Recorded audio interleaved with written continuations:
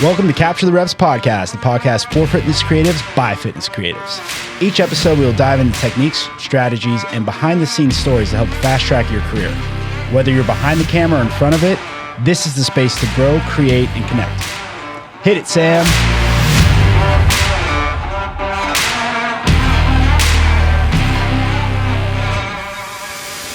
Manny has joined us. I don't know if he's floating in. No, Co has never left my side. He's probably going to whine this entire podcast. How about come say hi to the podcast? Look. I just want to play with a toy. I think the best life in the world is being a gym dog because every single new hour of class, there's a brand new group of people coming in and they're so excited to see you every time. Oh yeah, it's got to be the best thing in the world. And you get infinite amount of, I can't say the word, TREATS. He just left. Yeah, as long as they're there. Yeah, dude, he would have perked up and attacked me if I didn't. But that's got to be the best life in the world. On a side tangent, you know how we do these things? We start on one topic and then we end up doing side conversations. You know, it's an at-homer. It's a chill episode this time. It is. We're in our own environment here. Yeah, my dogs are pestering me. Yeah, I can't imagine what you're dealing with.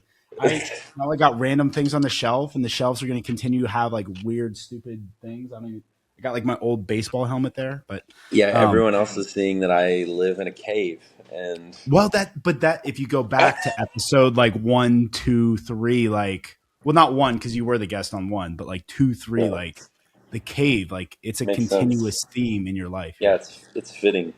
My setup here is a cave. I have cameras and water bottles on my desk and new lens trash on my desk and all sorts of crap. But see, I wish I could see this. People can't see it anyway. Yeah, I was gonna say I can't see this until I actually look at the episode because I can't really see you right now. Which is very weird, by the way. I usually feed off of your smiles and your energy, so it's a little bit of an adjustment. I'm pulling out my 12 millimeter that I just bought. I haven't used it yet, but it's pretty sick. I'm really excited to start using this guy a lot more. So this is a 100 to 400, maybe, I think. Oh, didn't you use that at NorCal? Some serious length to it, yeah. Yeah, I use it at NorCal. I'm definitely going to use it at Wadapalooza for that stuff that you're just way off on the side or whatever. So I'm excited for that. Yeah, definitely will not be challenging lens to use for CrossFit. Not that it's impossible, but it would definitely be challenging. 12? Well, it's a 12 millimeter, but it's manual focus. Ooh, that's fun. It's not an.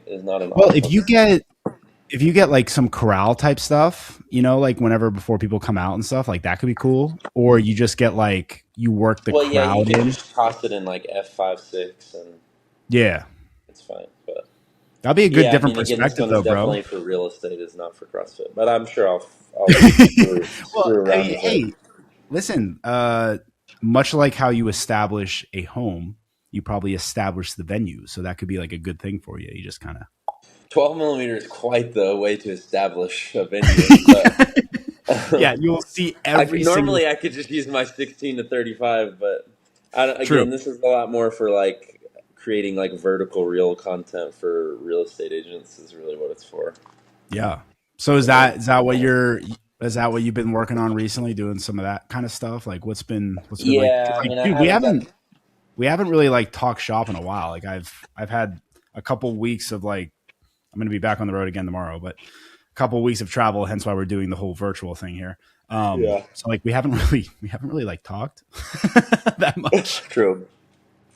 Well, I shot the Hyrox. We haven't really broken that down. Let's hear it, big guy. But I shot for Center, the equipment sponsor and the title sponsor of the Phoenix Hyrox. And they got that French spelling, right, with the R-E instead of the E-R? No, it's C-E-N-T-R. That's it. Oh. There's no E. This is really embarrassing. Sam, don't cut this. I want people to know my lack of knowledge because you Yeah, know no, what? it's You center always like learn something new every CENTR. single day. Yeah. I mean, it was Exactly. only printed over every single thing that you were using while you were doing your Okay. Hyrox. Let's remember that I was a participant this time Exactly. around. There I was a was lot. running, and as I was running, I was just mentally trying to think, I just need to get back to the weights or the next activity, and like just trying to like mentally just get through the run. So like really I was blacked out. Like I don't even really know what happened, you know? It was nice running in the football Stop. Go stadium lay though. down. Oh yeah, I was sick. I think they brought um, a really cool package to Phoenix. Being at a professional football stadium. Not the first time I've shot at the State Farm Stadium, but Hey, um, yeah, it was really cool. I thought the environment was awesome. I mean, as somebody who's shooting there most of the weekend as well as competing, I had fun doing both. Um, but yeah, so I was shooting for Center, the equipment sponsor. They have a handful of sponsored athletes that I was shooting in the E15s as well as just general event coverage, equipment coverage, um, all sorts of stuff like that. They launched a new line of like whited out equipment for the E15s, and that was kind of like their big launch was here in Phoenix at the State Farm Stadium. So is I that got a what the lot of kids called like iced out? Like it's icy, like the whole all no. white. It was still okay. Yeah. No, So iced out is like diamonds, and okay. it's like Well, that's like if your watch is like, I know you can't see because your end is screwed up, but I'm showing my watch. But it's like if your watch is like a bunch of like diamonds all over it. That's iced out. okay, 0 for 2. He's an You know old it, guy, it guys. He's a little older yeah, than me. 34, Yeah, a going couple on years older than me. 35. The hairline's getting pushed back on a daily basis at this point. Gray hairs are appearing. Oh, Um, oof. it's getting to the point now where it's like if I have the option to wear a hat, sometimes you wear a hat more times than you actually would normally. You know, like I'm not really necessarily a hat guy, but like I was gonna say I never wear hats.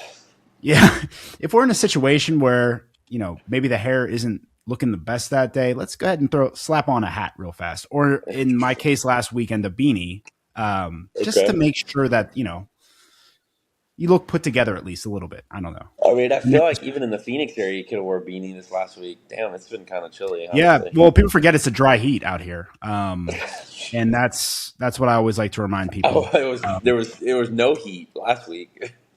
Well, it was a good time for me to leave. Sounds like it. Yeah, I But mean, yeah, you were as long saying as you you wear were shorts. you were shooting for center. Was there anything Yeah. that really like stood out that you enjoyed, or like anything you did that challenged yourself creatively a little bit besides Oh, running I mean, over? shooting. Yeah, absolutely. I mean, I got plenty of challenges. Not that shooting for center was challenging. I think Hyrox shooting a Hyrox race is its own set of challenges, especially when you're shooting for the E15. So what happens when the Elite 15 come out? So it's like the 15 top men and women in the world, essentially, is my understanding. Um, when they come out to race, it's basically only those 15 athletes. They all start at the same time. It's only those 15 athletes. Nobody else is out there on the floor. So, like, as a regular racer, when you're racing, there's other heats, there's teams, there's individuals, there's all sorts of stuff going on. Um, a lot more people running. A lot more to try to avoid. So obviously they want to remove as much of that traffic as possible for the Yeah, elites so that it's the truest, most fair test right, for those individuals. right. But the challenging part of capturing that is that there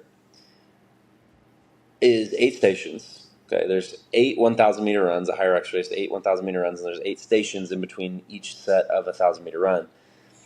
And what makes that challenging is that people will go to the station that they want to see and just camp it out.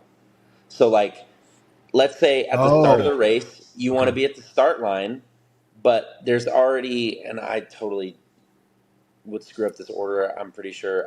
I know the first thing is ski, but anyway, so you run your 1,000 meters and then they go to the ski. So you're trying to capture these athletes, but there's 4 rows of people standing there watching them ski. and I'm like, okay, now I have to figure out how I'm going to capture my athlete because Right. there's 40 some odd people and that's just within like a 10-foot radius of me that I need to like push through to try and get photos of my athlete. Um, and so on and so forth. So like people want to watch the sled pull, so like people will go line up and stand in front of the sled pull and wait. And so like you can't. It can be challenging to get the the pictures you really want, Yeah. or you just might have to get a little more creative, like think outside of the box to get some photos for your athletes. Uh, Which I mean is especially when part of. there's that many stations, like 8 stations, and people are Oh like yeah, stocking up those locations, like, and you have to pivot from station to station. You have to move alongside the athlete. So like, it's yeah. not like you can like I what can't we do is just we go to the typically, sled pull and wait and yes. be there Yeah. and get like the best angle of all time Yes. because I have to Yes. be at the other few stations first. Yeah, so Yes. it's Um, definitely it brings its own set of challenges for us for sure. yeah. So what worked best then, besides throwing like a cold shoulder or like a swift elbow to someone's back? Like, was there anything that like worked well for you? Uh, yeah, I would hit him with a Stone Cold Steve Austin stunner. No, I'm just Most kidding. underrated So wrestling move in history, by the way. there, Let me tell there, you. I don't disagree, but we'll not try to get off on too many tangents today. Um, being self-proclaimed supposed to only be a 20-minute episode. Yeah, we'll Um, see. We'll see. We're already pushing there was 17, you know. so I mean there are a couple ways, right? Like you can kind of ask nicely, you can kind of push through. I mean, I did different things at different times. There there were these bridges. I know that you'll know what I'm talking about. But there were these bridges that go over where the athletes ran Yep. to get into the center area. So if you're envisioning like a football stadium, like an NFL stadium, for those of you that haven't been to one or just even seen them on TV.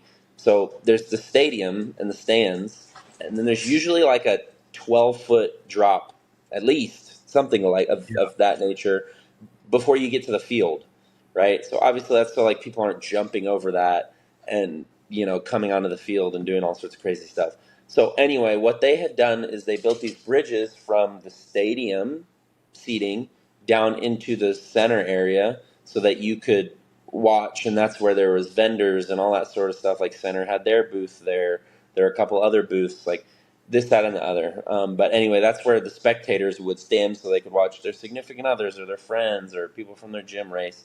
Or like their enemies and just like throw stuff at them as they go by. Like you could. Don't recommend that, Yeah. but maybe yeah, I could see that being a possibility. But I would go get on that staircase and I would pull out like a longer lens and I would shoot from up there Yeah. for some of the stations. I mean, there are a couple cool views of that because as the athletes are running through that portion of the 1K, you can also shoot down on them, like running underneath you, which is pretty Right. cool.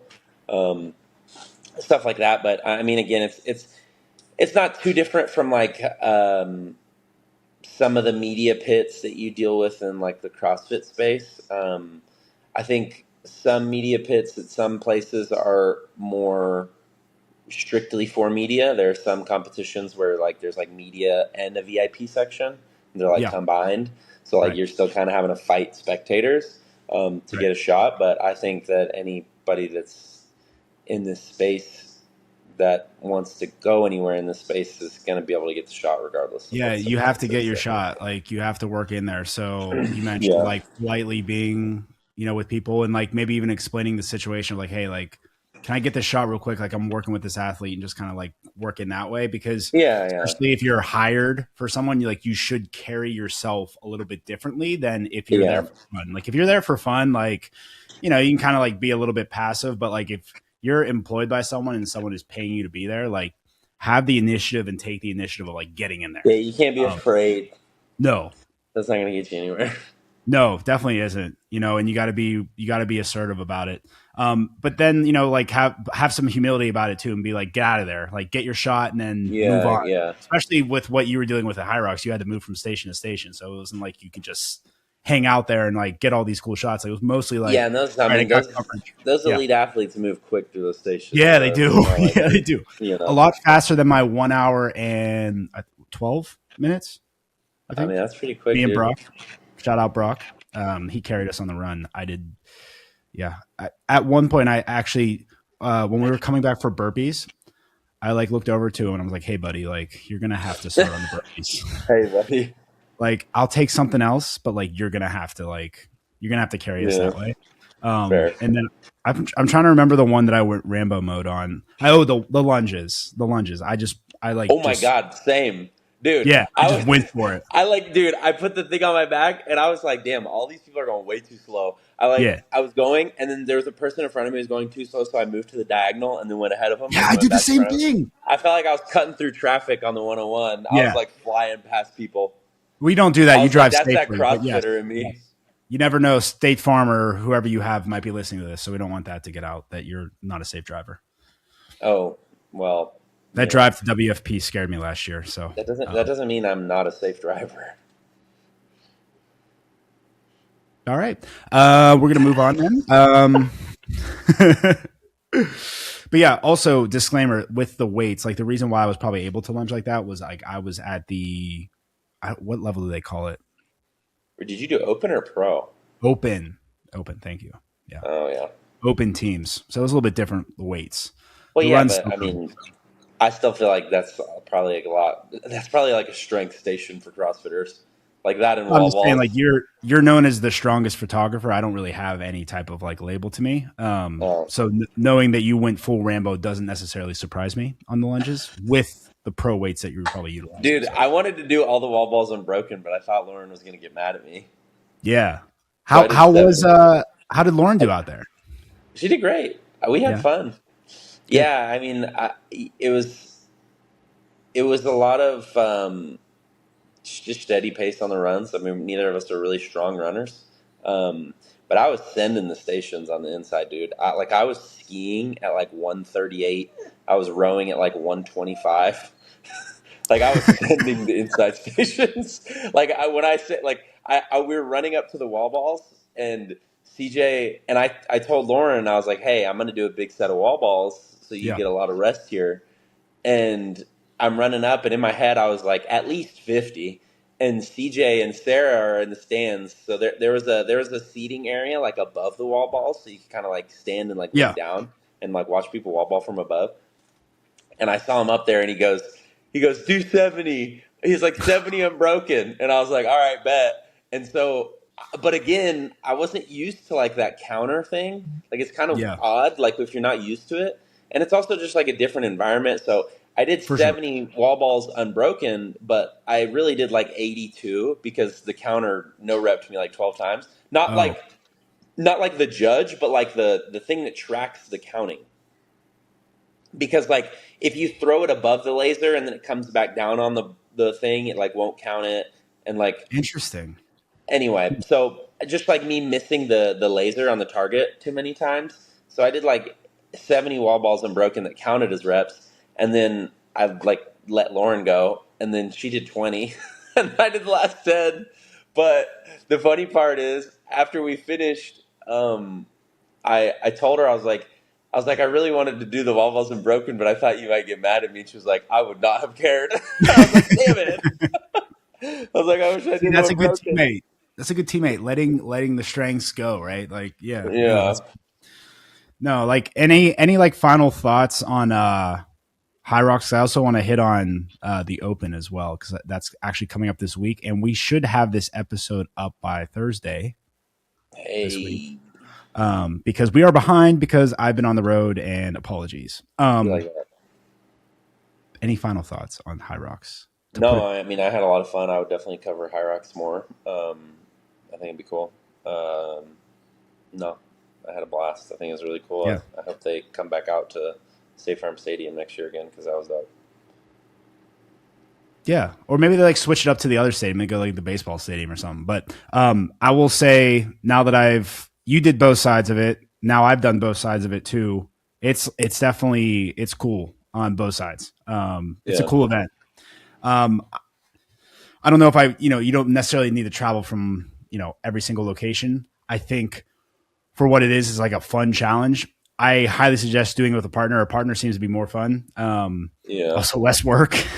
So we went to get like brunch right after, and like I went to like sit down, right? And you sit down, and then I had to get up to like, go to the bathroom, whatever. I had like the hardest time with that transition of like sitting down to like going to the bathroom. It was like really embarrassing. It was like a slow paced, like old man bend over, like lower back issues, quad issues, calf issues, potentially ripped like a toe slightly.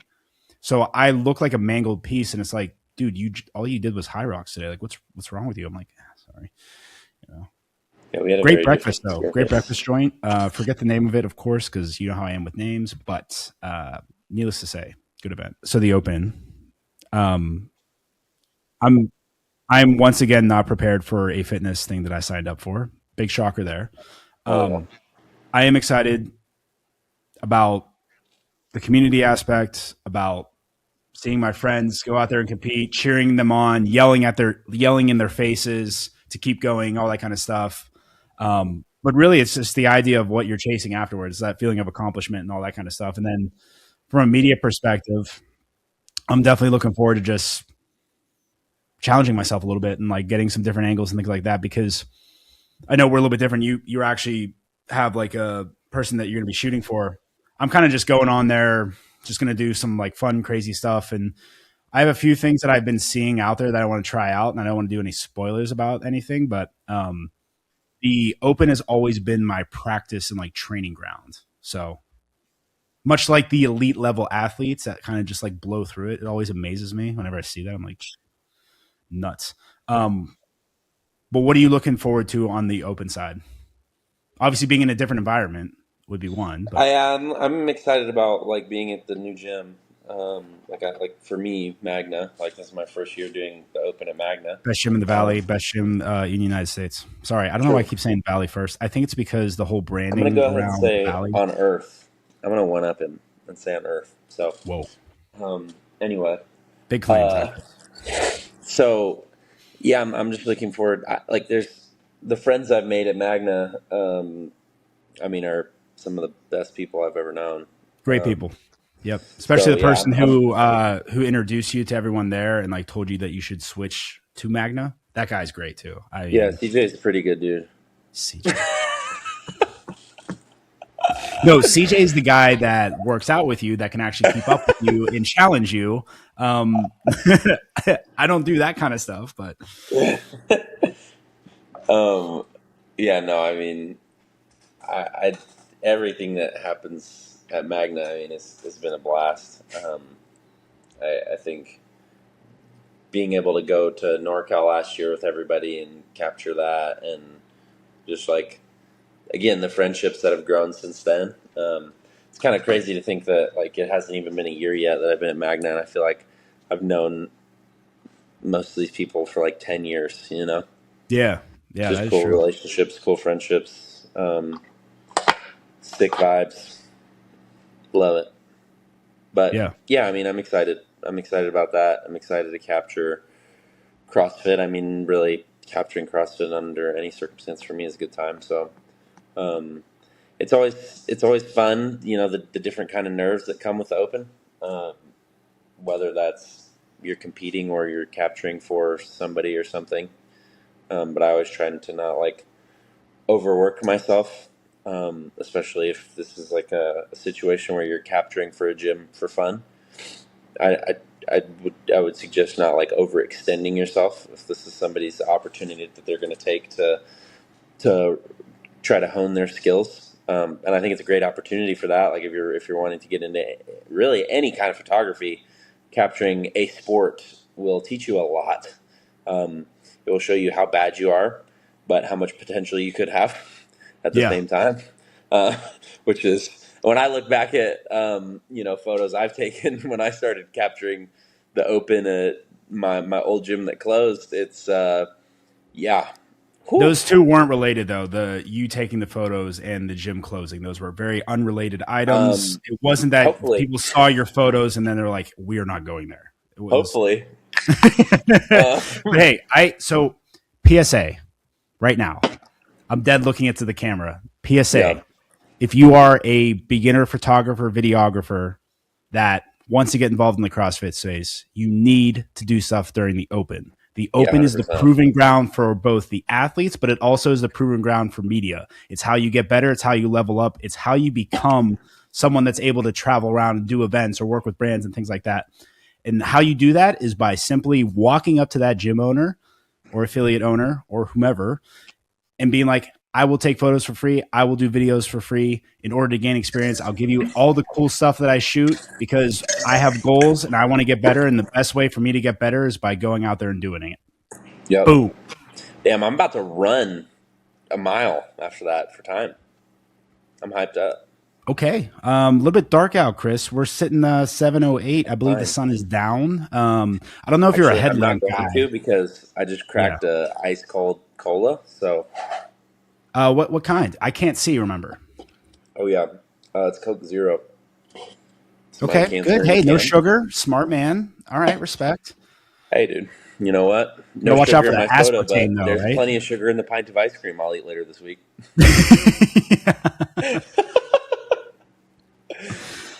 Anyway, Kids, yeah. don't So back to what don't JT eat was saying. sugar. Don't listen to Chris. Do not eat sugar. Back to what JT was saying.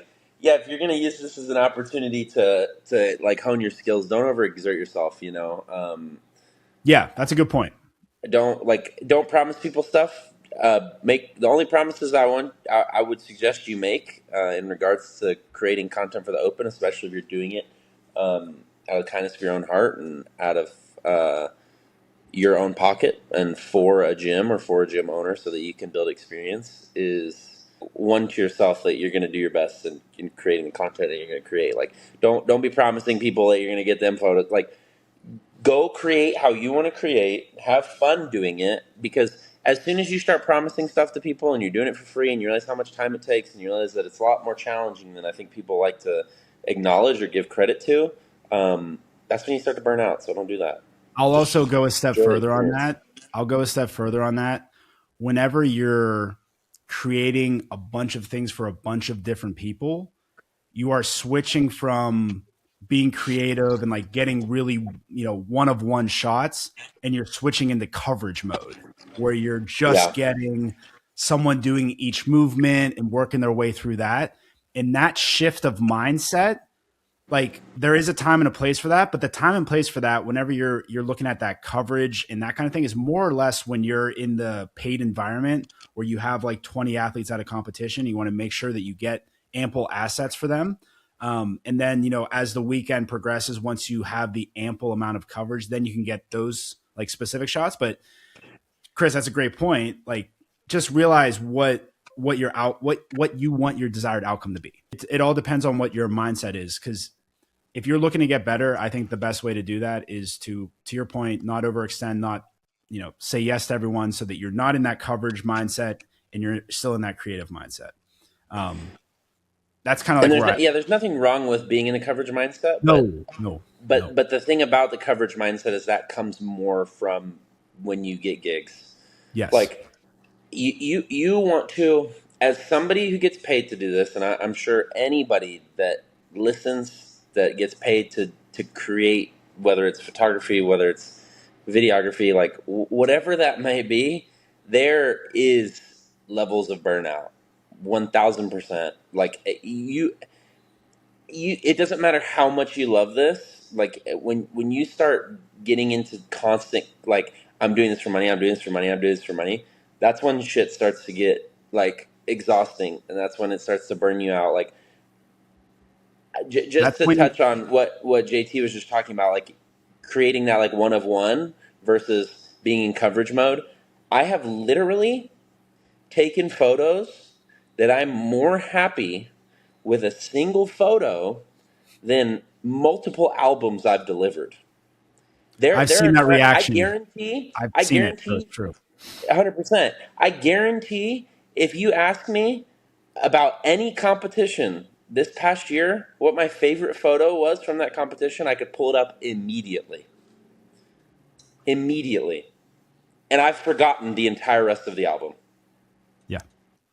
And again, not that that's bad, because here's the thing: is you're going to put yourself in a circumstance where you're doing a good job, and then somebody wants to hire you, and then you're going to have to cover an event, and then there's going to be plenty of photos that need to be coverage photos because that's what they want. It might not be your favorite photo, but if they love it, that's what matters. That's what's going to get them to come back. Example outside of CrossFit, sometimes like in the corporate event space, if you're working with a DMA, destination management company, I don't know if that's the correct DMC.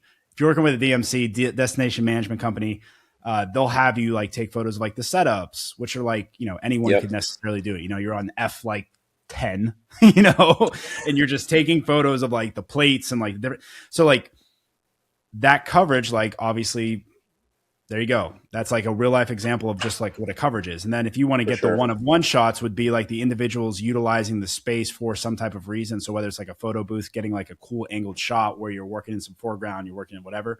And then the other thing I would say too, with that concept and that idea is it's okay. Like you've been saying, like, I want to make it very clear that like, it is okay to go into the coverage mode. Like that is fine. You have to be realistic with what you want to do and what you want your outcome to be. And it's okay if you take 3 coverage jobs and then you do 1 fun job to offset it. Like you got to look at your balance book. You got to run your own business.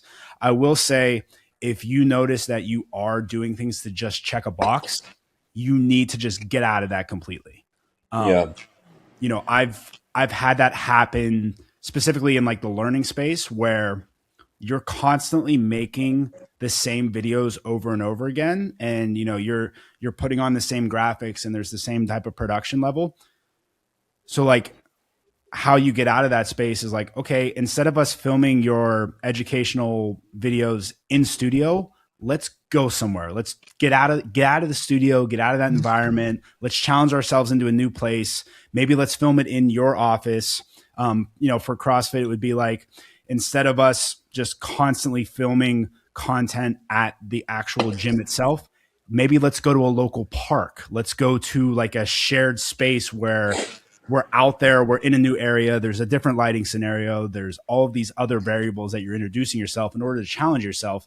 And then that's how you grow, right? And then you take those concepts that you learned whenever you were doing those outside type things and you bring that back into the gym. And then all of a sudden, all of your in-gym type footage or whatever is now leveled up because you had that outside experience. You brought in a new perspective, and then you'll look at the, before and afters of like, here was before we did that project and here's after. And like, you can tell the growth there. So like constantly got to be growing in that way. Yeah, for sure. I was getting into that. You see my hands moving? I haven't really necessarily done that too much. I did. I was like this. I was over here. You can't see my entire desk, but I was like here, and then I was over here on the desk. Like I was kind of out of frame a little bit. I was in frame. Oh boy, hyping himself up. I mean, this is I'm just very passionate about these things, man. I don't know what to tell you. Sure. What are you gonna do? I get but it. I think that's a good place to end. So we started this episode with dogs. Let me see if I can get Manny here. Manny. Mine are sitting here this entire time.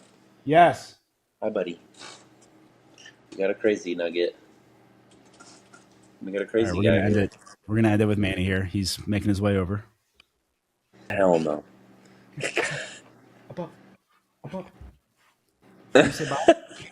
I think that's the best we're gonna do right now. How is Co over there with you? I can't see you. Remember? Oh yeah, no. They just got plenty of screen time, both of them. Oh, good. Yeah. This is like the unofficial dog episode. Now I'm getting under the armpit. I don't know if you can. He just popped his head. So like what he'll do, for sure. If I'm sitting here and editing, right, he'll stick his head like right in my armpit. Yeah. Co will do the same thing. Yeah, and his cold nose, it like jolts me up. Anywho, okay, Chris. All right, boy. My guy. Yep. I'm going to be in Chicago Monday night, Tuesday, but I get back Wednesday, and we can start hanging out again as normal people do. Oh, yeah. Cool. Wait, are we doing Eric's podcast at his gym? Yeah. Is that? Oh, okay. Yeah, we can ride over together. Cool, yeah. Maybe grab a little lunch after. As long as I don't have a house shoot. Because Thursdays they usually have house shoots. So I might be coming from a house shoot, but yeah, I'm still down for lunch. We'll figure it out. Yeah. We'll just bleep out that name so that people don't know who our next guest is going to be. So it's like kind of like a surprise thing.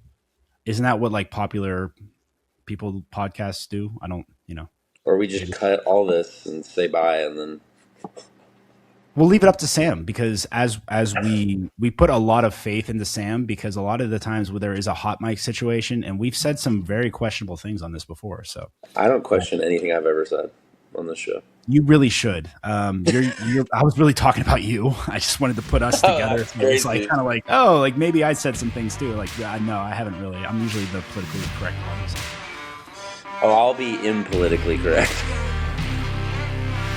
All right, I think we're good to end there, and we'll see you guys.